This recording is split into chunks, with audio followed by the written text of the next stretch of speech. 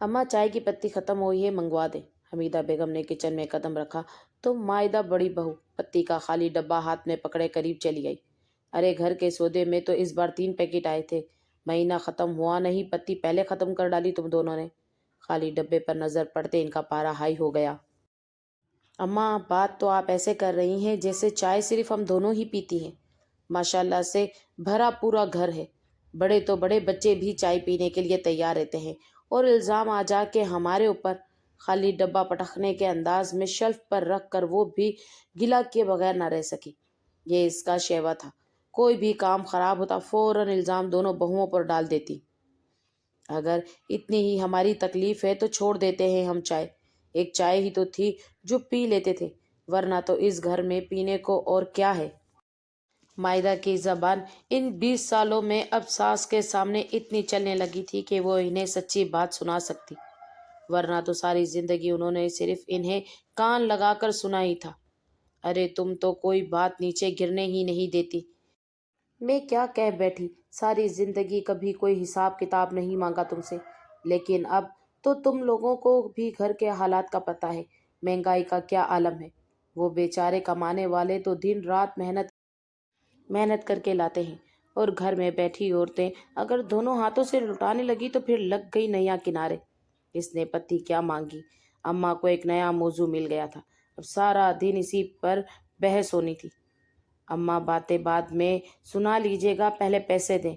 मैं मुन्ने को बाजार भेज कर पत्ती मंगवा लूं, चाय लेट हो गई तो नासिर ख्वामख्वाह में सारा गुस्सा मेरे ऊपर उतार देंगे। नासिर का मिजाज ऐसा था, जरा सी भी भनक पड़ जाती कि कोई चीज़ मंगवाने वाली है तो अभी सारा काम छोड़कर मायदा की मट्टी पलीत कर देते। हद होती है लापरवाही की भी, तुम्हें पता ही नहीं कोई चीज़ ख़त्म होती है और अब सुबह सुबह बता रही हो। इसी बात से बचने के लिए इसने खामोशी से सास को आगाह किया था, जिसके हाथ में घर का सारा खर्चा था, लेकिन वो भी खामोशी से बात कहाँ सुनती थी। पूरा घर को सुना कर चीज़ मंगवा कर देती थी। पैसों वाली थैली निकालते हुए अब इनके गुस्से का लेवल बढ़ने लगा था। पैसे कोई दरख्तों पर नहीं उगते जो दोनों दोनों हाथों से लुटाती रहो तो खैर है, जाएगा मियाँ और तोड़ कर ले आएगा। मुड़ा हुआ 100 का नोट इसकी तरफ बढ़ाते हुए मुसलसल बोले जा रही थी। ये इसने 100 रुपए को यूं देखा जैसे पूछ रही हो इसके तो 4 शाशे भी नहीं आएंगे। हाँ तो जाओ मंगवा लो मुन्ने से पत्ती। अब क्या 1 किलो का पैकेट मंगवा के दूं इस वक्त? अभी गुजारा करो, शाम को सब घर आएगा तो सौदा मंगवा दूंगी। हमीदा बेगम इसके हाथ में नोट थमाकर किचन से चली गई थी। अरे बाजी तौबा है जो खाला जान की जबान भी थकती हो। किचन में आते ही नॉन स्टॉप बोलती जाएंगी और बेटों के सामने ऐसे मासूम बनकर बैठ जाती हैं जैसे मुंह में जबान ही ना हो। रज्जो ने हमीदा बेगम के जाते ही कानों को हाथ लगाया। अच्छा तो तू चुप कर। वो पैसे हाथ में थामे मुन्ने को जगाने कमरे में चली गई। अरे जागने में भी उसे सो जतन करने थे। भाभी सर्फ कहाँ पड़ा है? जवेरिया। देवरानी ने मशीन में कपड़े डाले तो देखा सर्फ का पैकेट खाली पड़ा मुंह चढ़ा रहा था। वहीं होगा जवेरिया, मैं कौन सा साथ लेकर फिरती हूँ। किचन के कैबिन में सारा सौदा रखा होता है। सुबह चाय की पत्ती पर इसकी सास ने अच्छी खासी इज्जत अफजाई हो गई थी। फिर जाते हुए नासिर हाफ फ्राई अंडे को फुल फ्राई बना डालने पर खूब बातें सुनाकर ऑफिस रवाना हुआ था, इसलिए आज इसका मूड खराब था। वहाँ नहीं है भाभी, तब ही तो पूछ रही हूँ। मैंने तो मशीन में पानी डालकर कपड़े भी डाल दिए हैं। जवेरिया फिक्रमंदी से बोली। आज खाने बनाने की बारी मायदा की थी। इसने सोचा वो रज्जो को साथ लगाकर कपड़े धो डाले, लेकिन ऐन वक्त सरफ गायब था। खुदा के लिए जवेरिया आहिस्ता बोलो, अगर अम्मा ने सुन लिया तो लेने के देने पड़ जाएंगे। वो जानती थी सारा नजला इसके सर गिरना था। सास के भी सास के बाद घर की बड़ी वो थी। घर का सौदा सर्फ ला कर इसके हवाला किया जाता था कि वो तरीके से उसे रखे, इस्तेमाल करवाए या ख़त्म हो जाने की सूरत में पहले से आगाह करे। ये भी इसकी ड्यूटी में शामिल था। वो कमरे से निकल कर जवेरिया के साथ सर्फ देखने किचन में चली आई। वाकई जिस कैबिन में सर्फ रखा था बाकी चीज़ें तो वहीं थी, लेकिन सर्फ गायब था। मुझे तो लगता है जवेरिया तुम्हें धोखा हुआ है। ये भी तो हो सकता है पैकेट इस्तेमाल हो गया हो। लेकिन भाभी जिस दिन से सौदा आया है मैंने तो एक ही दिन कपड़े धोए थे, फिर भला दोनों पैकेट कैसे ख़त्म हो सकते हैं? बात इसकी भी सही थी, लेकिन अब मायदा को बोलकर मामले को उछालना नहीं था। हमीदा बेगम के हाथ पात पहुंच जाती तो जो बेइज्जती रह गई थी वो दुगनी हो जाती।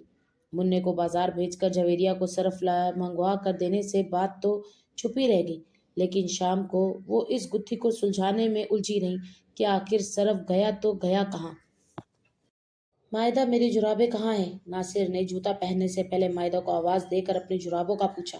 वहीं अलमारी में होगी नासिर, सारे जोड़े कल ही तो रखे हैं। वो बच्चों को स्कूल के लिए तैयार कर रही थी। गुड्डू को अलग से मुंह में नाश्ता ठूसना पड़ता था। ऊपर से नासिर को हर चीज प्लेट में रख कर पेश करवाने की आदत थी। वहां नहीं है तो तुम्हें आवाज दी है। अगर मुझे मिल जाती तो मेरा दिमाग खराब था कि तुम्हें बुलाता। गुस्सा तो माँ की तरह इसकी नाक पर धरा रहता था। वो फौरन बच्चों को वहां छोड़कर अलमारी की तरफ बढ़ी। सारे कपड़े उलट पुलट कर डाले, जराबों का नामो निशान ना था। मिली? नासिर सर पर खड़ा अब उसे घूर रहा था, जिसने इतनी देर से वहीं पर है कि रट लगा रखी थी। यही तो रखी थी। मैं कह देती हूँ नासिर, इस घर में कोई जिन है। कोई भी चीज अपनी जगह पर नहीं मिलती। इसका इतना सोचना तो बनता था। कभी सर्फ तो कभी चाय की पत्ती, और अब जुराबे गायब थी। कोई कोई जिन विन नहीं यहाँ। ये जो तुम्हारे दो तीन जिन यहाँ 24 घंटे फिरते हैं, इनके होते हुए कोई और जिन हो सकता है यहाँ? इसने कल वाले जूतों से पुरानी जुराबें निकाल कर पहनते हुए इसकी बात काटी। जाओ अब नाश्ते का कुछ करो, नहीं तो तुम्हारा ये जिन वहां भी पहुंच जाएगा। इसके शक को हवा में उड़ते हुए वो अपनी तैयारी करने लग गया। घर से आए रोज चीजें गायब रहने लगी थी। कभी अचानक से सरफ गायब हो जाता तो कभी डब्बे में चाय की पत्ती ना होती। मायदा और झवेरिया ये सूरत हाल देख कर परेशान हो गई थी। किसी और से बात करती तो वो उल्टा सारी बात इन दोनों पर उलट देता, जैसे नासिर ने मायदा को चुप करवा दिया था। वैसे ही वसीम ने झवेरिया को झूठा साबित कर दिया। यार खुदा के लिए, तुमने अपनी दकियानुसी बातें अपने तक ही रखो। भला आज के दौर में ऐसा मुमकिन है? सारा कसूर तुम्हारा और मायदा भाभी का है। तुम दोनों इंतहाई लापरवाही से काम करती हो। छोटा भाई तो नासिर से 2 हाथ आगे था। अम्मा की जबान बोलता था, इसका भी यही ख्याल था।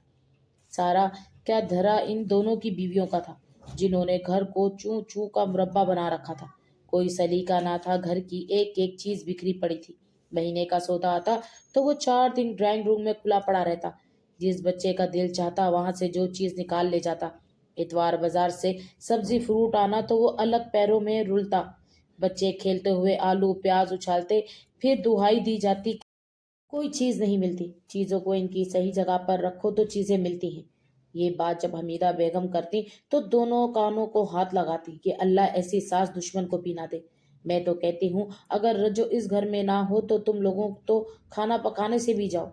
गिनती का एक एक काम करती हो दोनों, बाकी सारा काम तो वो संभालती है। रज्जो इस घर की अकलौती मुलाजमा थी, जो जिनों की तरह काम करती थी। काम भी जिनों की तरह करती और खाती भी जिनों की तरह थी।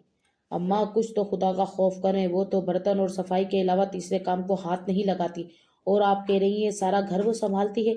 सास का सफेद झूठ और कोई तो बर्दाश्त कर सकता था, मायदा के लिए हजम करना मुश्किल था।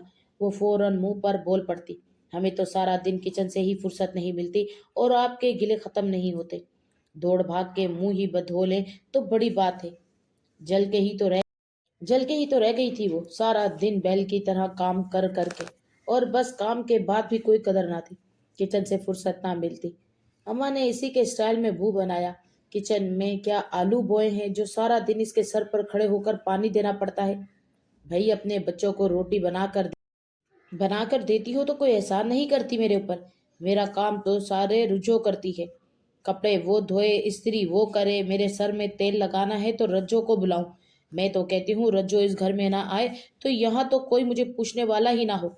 इनकी आंखों में रज्जो की मोहब्बत की पट्टी बंधी थी। वो दोनों बव्वे चाह कर भी ना उतार सकती थी। देखा भाभी, हमसे ज्यादा तो यहाँ रज्जो की कदर है। जवेरिया ने सुना तो गिला करने बैठ गई। हमसे ज्यादा इस पे भरोसा करती हैं। अभी कल अलमारी की चाबी नहीं मिल रही थी तो बड़े फखर से बता रही थी रज्जो ने ढूंढ कर दी है। बड़ी मक्कार है। अम्मा का भरोसा जीतने के लिए ड्रामा किया होगा। जो लोग इस तरह भरोसा जीतते हैं ना, वही एक दिन भरोसा तोड़ते भी हैं। तुम देख लेना, अम्मा को धोखा भी वही देगी। तब इनकी आंखें खुलेगी। हमारे तुम्हारे बताने पर नहीं मानेगी। रज्जो की चालाकियां वो दोनों अच्छे से जानती थी, लेकिन सास इसके खिलाफ कुछ सुनने को तैयार ना थी। मायदा को तो पक्का यकीन था कि घर में जो भी चीज गायब होती है इसमें रज्जो का ही हाथ होता है, लेकिन हमीदा बेगम को बताकर मार खानी थी। वो तो इन दोनों से ज्यादा इस पर भरोसा करती थी।